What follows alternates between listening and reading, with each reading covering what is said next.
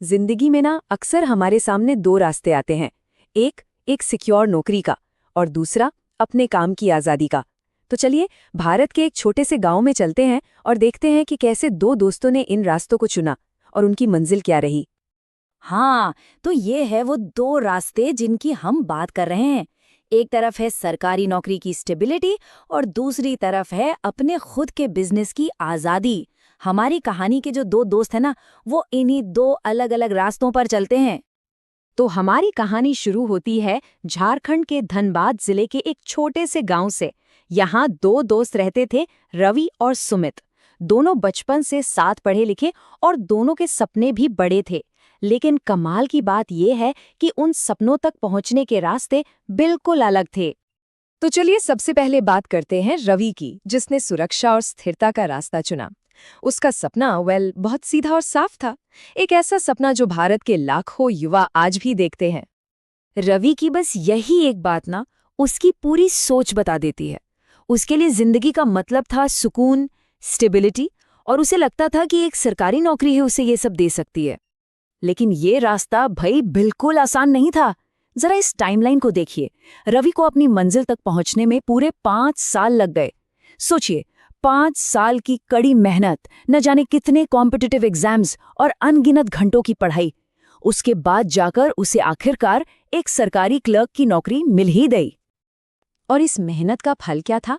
एक fixed salary, साथ में पेंशन और सरकारी क्वार्टर जैसी सुविधाएं।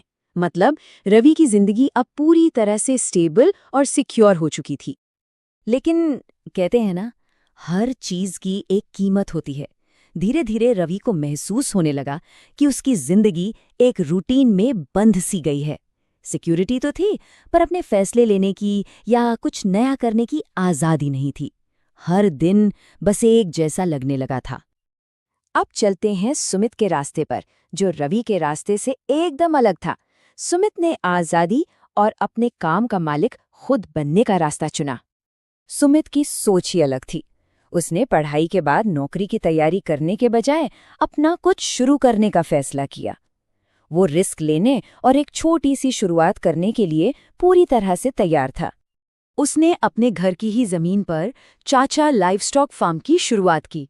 और शुरुआत देखिए कितनी मामूली थी, बस कुछ बकरियां, मुर्गियां और बतखें। लेकिन ये उसका अपना था। नौकरी छोड़कर जानवर पाल रहा है, ऐसी बातें सुमित के सफर की सबसे बड़ी चुनौतियों में से थीं। गांव वालों ने उसका मजाक उड़ाया, लोगों को उसका ये फैसला समझ ही नहीं आया, लेकिन उसने हार नहीं मानी। और अब देखिए उसकी मेहनत का नतीजा।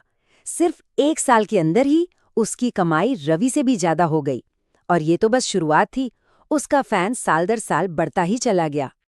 तो हमने दोनों दोस्तों की कहानियां देखी। अब वक्त है दोनों रास्तों को आमने सामने रखकर तुलना करने का, ताकि हम समझ सकें कि सुरक्षा और आज़ादी के इन रास्तों में असल में क्या फर्क है। अब इस स्लाइड पर जो तुलना है वो बहुत दिलचस्प है। देखिए, रवि की शुरुआत सेफ और सिक्योर थी, तो सुमित की मुश्किल और जोखिम भरी। रवि की कमाई फिक्स्ड थी, पर सुमित की कमाई बढ़ने की कोई लिमिट नहीं थी। और सबसे बड़ा फर्क था आज़ादी का। रवि के पास लिमिटेड थी, जबकि सुमित पूरी तरह से आज़ाद था। हाँ, दोनों अपने अपने तरीके से संतुष्ट थे, एक अपनी स्टेबिलिटी से और दूसरा अपनी सफलता से। कई साल गुजर गए। जब दोनों दोस्त अपने अपने रास्तों पर काफी आगे बढ़ चुके थे, तो वो फिर मिले। और इस मुलाकात ने दोनों को एक नई समझ दी। रवि ने सुमित की सफलता को देखकर माना कि शायद उसे भी कुछ बड़ा करने की हिम्मत दिखानी चाहिए थी। उसने दिल से सुमित के रास्ते की कद्र की। इस पर सुमित ने भी मुस्कुराकर जवाब दिया।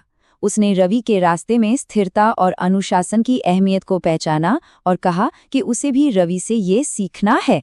दोनों ने एक दूसरे के फैसलों का सम्मान किया। और देखिए, यही इस कहानी का सबसे जरूरी पॉइंट है। दोनों दोस्त इस नतीजे पर पहुंचे कि चाहे रास्ता कोई भी हो, असली मंजिल तो सम्मान और आत्मनिर्भरता हासिल करना ही है। तो मतलब यहाँ कोई रास्ता सही या गलत नहीं है। नौकरी और व्यवसाय दोनों अपनी जगह पर अहम है। एक सुरक्षा देता है तो दूसरा आज़ादी। जरूरी बस ये है कि कोई भी व्यक्ति जो भी रास्ता चुने, उसमें पूरी मेहनत और ईमानदारी से आगे बढ़े।